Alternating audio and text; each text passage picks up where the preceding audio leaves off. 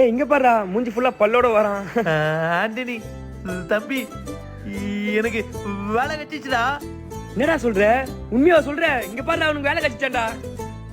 Dilip interview போக சொன்னல, அந்த இன்டர்வியூல என்ன செலக்ட் பண்ணிட்டாங்கடா. அண்ணா சூப்பர்ண்ணா, எவ்வளவு சந்தோஷமா இருக்கு தெரியுமா? உன்னை எவ்வளவு பேர் எப்படிலாம் பேசினாங்க. இப்ப பாரு பெரிய கம்பெனில வேலை செய்ய போறனா. இனிமேல் உன்னை கையிலேயே பிடிக்க முடியாது போல. சரி திலீப் கிட்ட சொல்லிட்டியா? அவன் இங்க இருப்பான்னு நினைச்சேன், வேலைக்கு போயிருக்கான். கால் பண்றேன். நான் ரொம்ப சந்தோஷப்படுறேண்ணா.